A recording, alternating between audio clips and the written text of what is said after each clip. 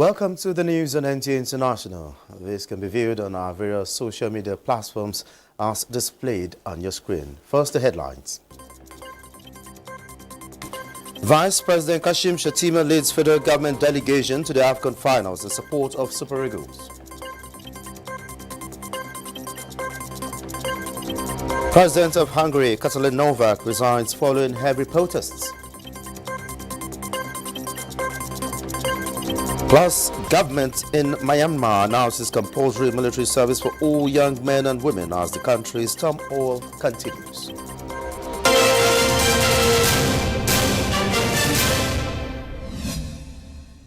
Vice President Kashim Shettima arrives in Abuja to support Nigeria ahead of the final match against Ivory Coast at the ongoing Africa Cup of Nations AFCON 2023.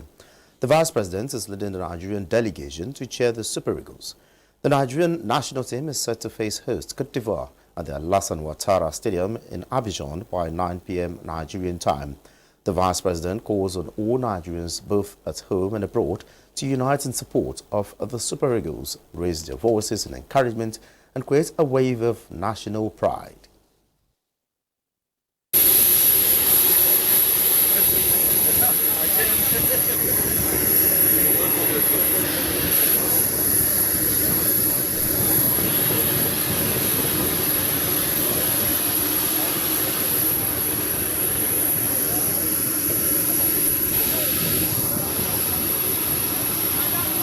The presence of the presidential delegation at the finals is a testament to the government's unwavering support for the team and its dedication to their success. Nigeria set to battle host Côte d'Ivoire in the final of the 2023 AFCON Sunday. Ahead of the game, Suleiman Musa takes a look at the team's road to the finals.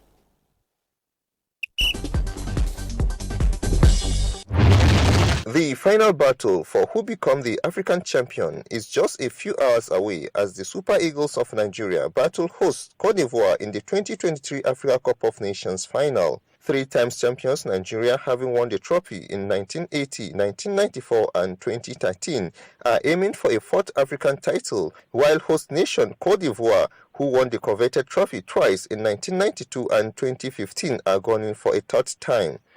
The final billed to take place at the Alassane Ouattara Stadium in Abidjan is expected to be a cracker by the two African football powerhouses. Nigeria's journey to the tournament final began with a 1-1 draw against Equatorial Guinea in their first Group A match, followed by a 1-0 victory against Côte d'Ivoire and also a 1-0 win against Guinea-Bissau, from where they defeated neighbors, the indomitable Lions of Cameroon, 2-0 in the knockout stage before edging Angola 1-0 in the quarter-final.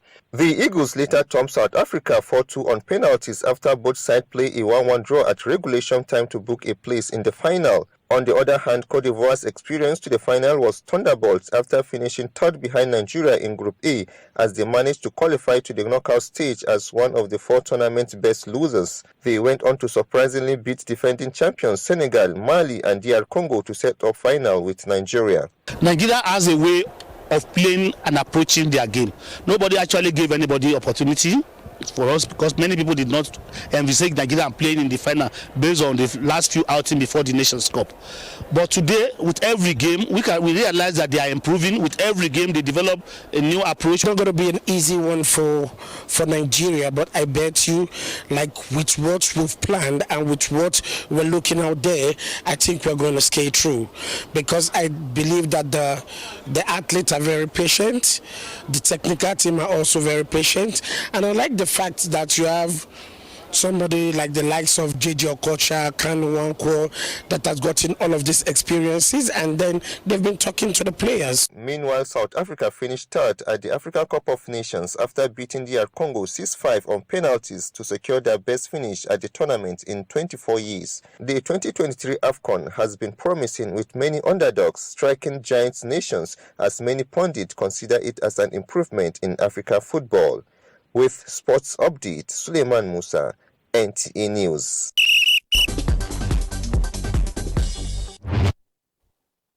In a renewed hope coming from the State House this Sunday, President Bola Tinubu has promised that measures have been put in place to ensure that Nigeria becomes an exporter of agricultural produce and products in no distant future. President Tinubu revealed this when he received the leadership of the global Tijaniya movement led by Khalifa Sheikh Mohammed Niaz at the State House. The president said the measures being finalized will encourage farmers through availability of soft loan, farm implements and irrigation facilities, which will in turn ensure food security with all year-round farming in the country. He appreciated the leadership of the movement for their support so far, promising that his administration will work for the stability and togetherness of Nigeria and its people. The leadership of the global Tijaniya movement encouraged the president to make good of his campaign promises to transform the country. They promised to support his administration with prayers to succeed. The Tijaniya movement is an Islamic organization with large followers in West Africa. And the president of Hungary, Katalin Novak, has resigned. This decision came after heavy protest calling for her resignation.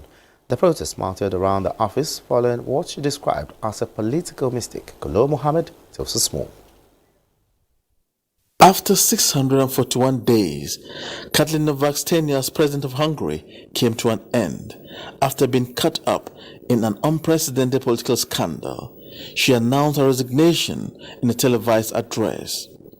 The 46-year-old has come under pressure to quit after it emerged that last year she granted pardon to a man convicted of helping to cover up sexual abuse in a children's home, a decision Novak described as a mistake. Her decision to resign came in the wake of public outrage, with thousands of demonstrators rallying outside the president's office on Friday demanding her resignation. She is believed to be a key ally of Prime Minister Viktor Orban, serving as vice president in the ruling Fidesz party between 2017 and 2021. She became the first woman to be elected president of Hungary in 2022. Kolo Mohammed, NTA News. The season has been particularly difficult for farmers in Morocco, suffering from a chain of climatic hazard they are confronted with. These hazards prevent some crops from flowering while others out. Kolo Mohammed tells us more. The impact of climate change on Morocco's food security and the global food system is practically undeniable, as farmers recognize this reality and are increasingly working to adopt resilient production techniques. The techniques are to safeguard farm produce, ensure that the quantities harvested are healthy and sufficient for consumption and business. In Morocco, local farmers are collaborating with research institutes to further adopt doing more with less, such as slow release of nitrogen application, drip irrigation, and developing new cultivation methods like the no-tillage system for better soil and water conservation. For the main drivers, factors that really affect crop growth in the field, then it's mainly three aspects. It's temperature, it's precipitation, and then something that's much less known is carbon dioxide. The World Bank is supporting Morocco's efforts to build a more resilient and sustainable agricultural system through programs such as sustainable water resources to curb drought. This modernizes irrigation and water drainage. The Green Generation program is being adopted for improved agricultural yields. This program supports the country's agricultural strategies where food security is envisaged. Kolo Muhammad, NTA News. The global demand and supply of cocoa is taking a new dimension this year, with the price of the produce per ton going above $5,000 per ton, the highest in recent years. Investigation reveals that low supply as a result of some environmental factors are responsible for the soaring prices. Musababa Aliu reports. When one talks about cocoa, one is in a way talking about chocolate. Europe and United States are the world's largest producers and consumers of chocolate, while Africa remains the largest producer of the raw material, cocoa. Côte d'Ivoire is the world's largest producer of cocoa, followed by Ghana. Out of the 3.6 million tons of cocoa produced in Africa last year, Côte d'Ivoire produced about 2.1 million tons. However, the output and supply to the global commodity market is gradually dropping due to weather phenomenon and poor harvest. Processors, especially producers of chocolate, are worried that the decline in supply of cocoa will negatively affect the end product.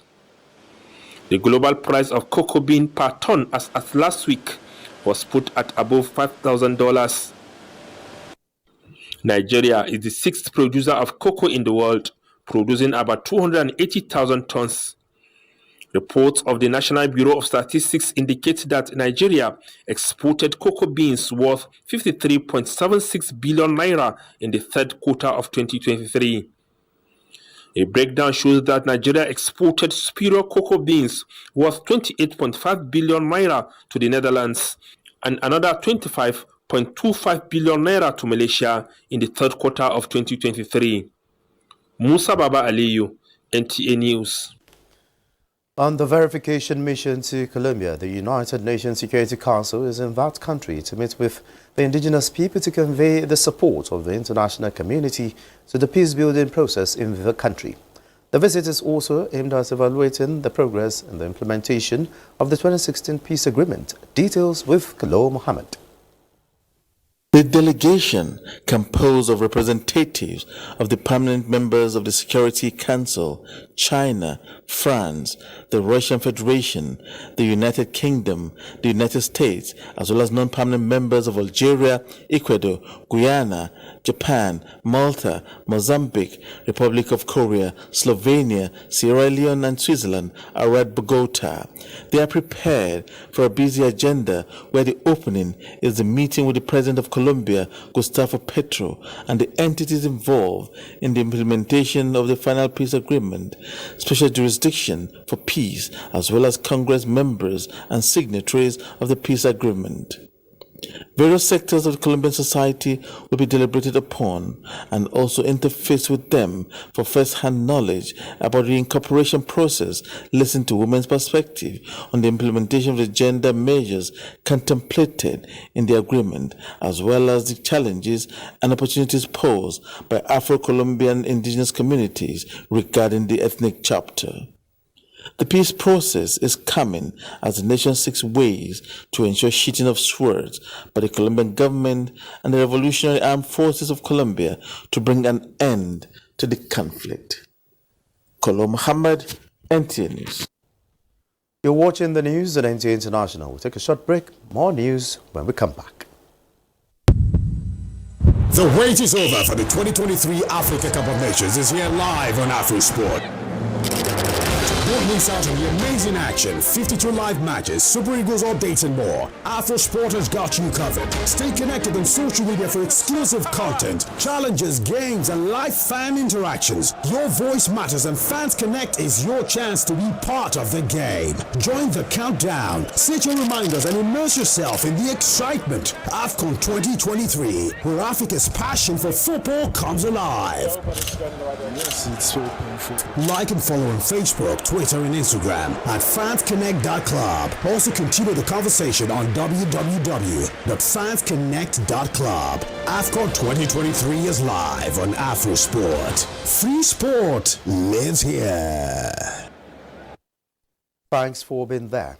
The government in Myanmar has announced compulsory military service for all young men and women as the country's turmoil continues. The army seized power from the civilian government in a coup in February 2021. But in recent months, it has been defeated in a series of battles with ethnic militias and anti-coup fighters. The move announced will require all men aged 18 to 35 and women aged 18 to 27 to serve at least 2 years under the military command. No further details have been released, but in a statement, the junta said its defense ministry will release necessary bylaws, procedures, announcements, orders, notifications, and instructions. The military has faced a series of humiliating defeats in recent months. At the end of last year, 3 ethnic insurgent armies in Chan State, supported by other armed groups that opposed that government, was captured. South Africa's coal mining industry continues to take a huge hit as real constraints squeeze exports. Shipments from the country's biggest privately owned coal export facility, Richards Bay Coal Terminal, dropped to their lowest level in 30 years. It has having a detrimental impact on coal miners who have been forced to cut back on production and new investment. State rail company Transnet set a target to deliver 60 million tons of coal to Richards Bay Coal Terminal in 2023. But ongoing challenges from a shortage of locomotives, derailments and theft and vandalism on railway lines meant it fell short. Just 47 million tons of South Africa's black gold made it out of the country, the lowest in 30 years. Transnet not being able to get, the commodities out into the export market, that has had quite a significant impact in terms of our exports into Europe, into Asia, into other parts of the world, which is having a negative impact on our economy.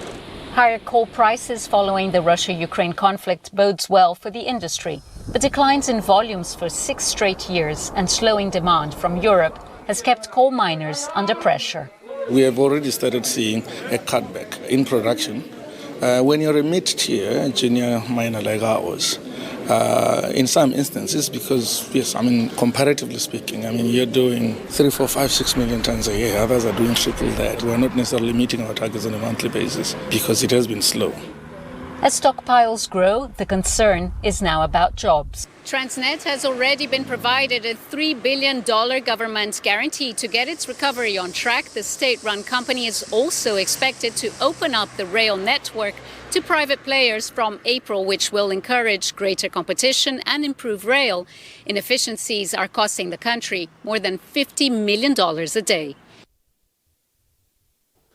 The National Drug Law Enforcement Agency, NDLEA, has intercepted tons of illicit drugs in various parts of the country in its first fight against the trafficking and consumption of illegal substances. Zenred Dingham reports. A total of 24 suspected drug traffickers were arrested, including a 42-year-old man in possession of thousands of concealed opioid pills to be supplied to insurgents in Banki area of Borno State, as well as a pregnant lady and other women. Over 7,600 kilograms of assorted illicit drugs were intercepted in 8 states during the operation. A bulk seizure was made in Nasarawa State, where operatives of the agency, on a credible intelligence, intercepted a truck conveying 367 jumbo bags of cannabis sativa weighing over 4,000 kilograms from Akure, Ondo State, to be delivered at Shambu area of Nasarawa State, connected to Shuaibu Yahaya, Linus Samuel, and Monday Aldu. Also, over 600 kilograms of cannabis intercepted at Ilere Ogbese in Akure North. NDLEA also recovered 59 bags of same substance loaded in a truck heading to the north. The operatives in the Federal Capital Territory arrested Jibrin Shaibu and Prosper Ini with 169 bags of 80 blocks of compressed cannabis weighing about 2,000 kilograms concealed in a truck intercepted at a stop and search operation along Abuja Highway. The agency also stated that not less than 187 kilograms of cannabis were seized at Sapele Road in Benin, Edo State. While in Kano, the officers of the NDLEA arrested 58-year-old Bashir Atahiru in Bachirawa area in possession of over 216,000 pills of tramadol. The NDLEA is calling on the public to continue to accord maximum cooperation to the agency in its fight against drug abuse and trafficking. The NNPC Limited is advocating more awareness on screening for early detection in the fight against cancer through its corporate social responsibility company. The NNPC Foundation, in collaboration with the Federal Ministry of Health and Social Welfare, joined the rest of the world to commemorate the 2024 World Cancer Day with the theme, Close the Care Gap. Lydia Sampson reports. NNPC Limited is demonstrating bold commitments towards closing the cancer care gap. At the press briefing to mark World Cancer Day, the Minister of State for Health, Dr. Tunji Alausa, intimated the media on valuable insights on the significance of World Cancer Day and the efforts being made to address the cancer care gap. The minister highlighted the policy direction of the federal government towards Cancer Health Fund. It's so important because in cancer screening, you'll be able to catch people who don't really have the disease, but they have the potential to develop it, or you catch the disease at very early stage, and therefore the outcome of such when you initiate treatment is usually favorable. Group Chief Executive Officer, NMPC Limited, Mele Carey, represented by the Managing Director, NMPC Foundation, Emmanuela Arukwi, reiterated that collaborations like that of NMPC Limited and the Ministry of Health, if replicated, can collectively contribute to closing the care gap and improving the lives of persons affected by cancer. She emphasized that by investing in the welfare of communities, key players can achieve a brighter and healthier future for all.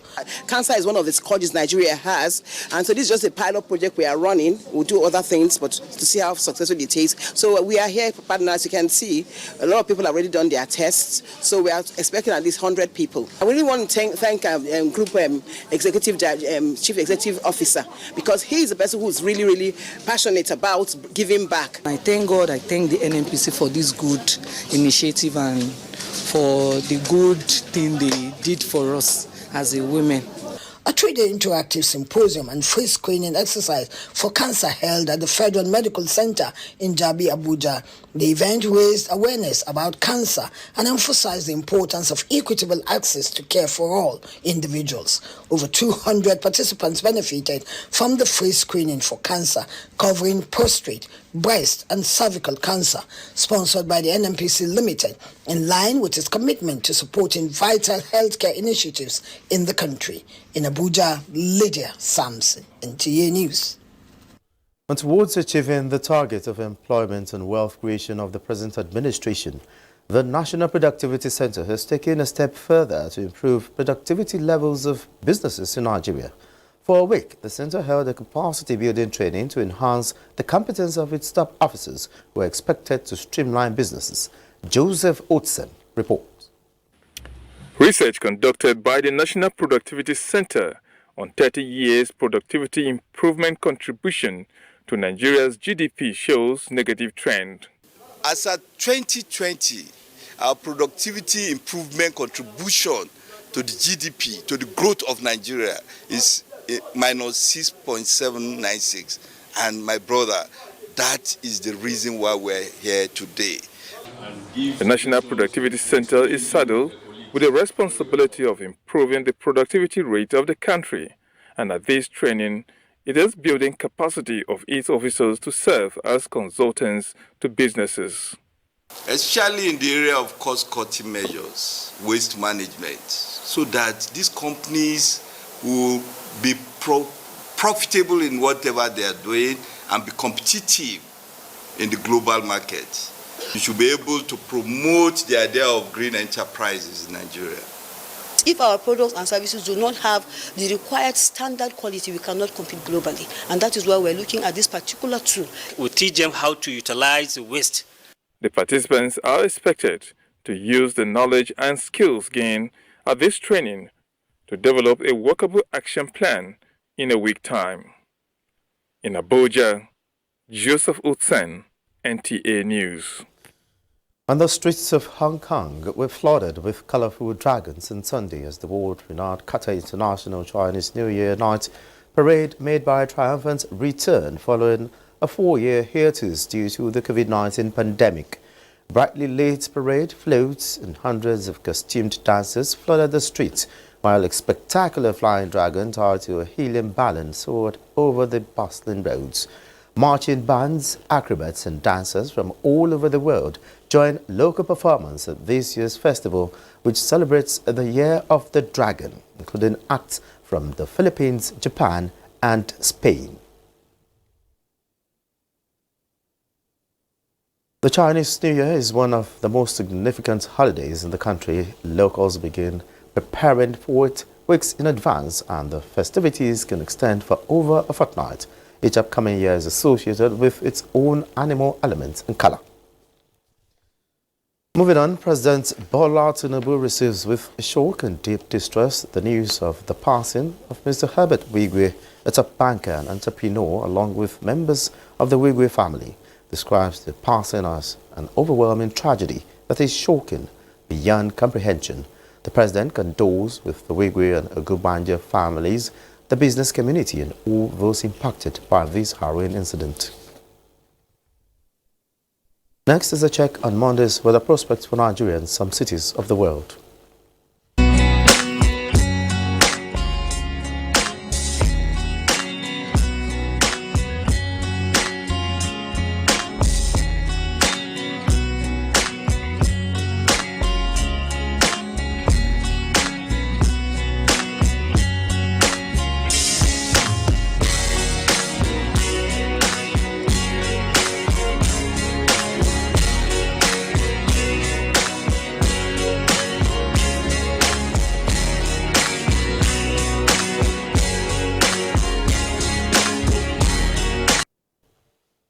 This is where we end the news. Thanks for watching. I am Olajide Bello.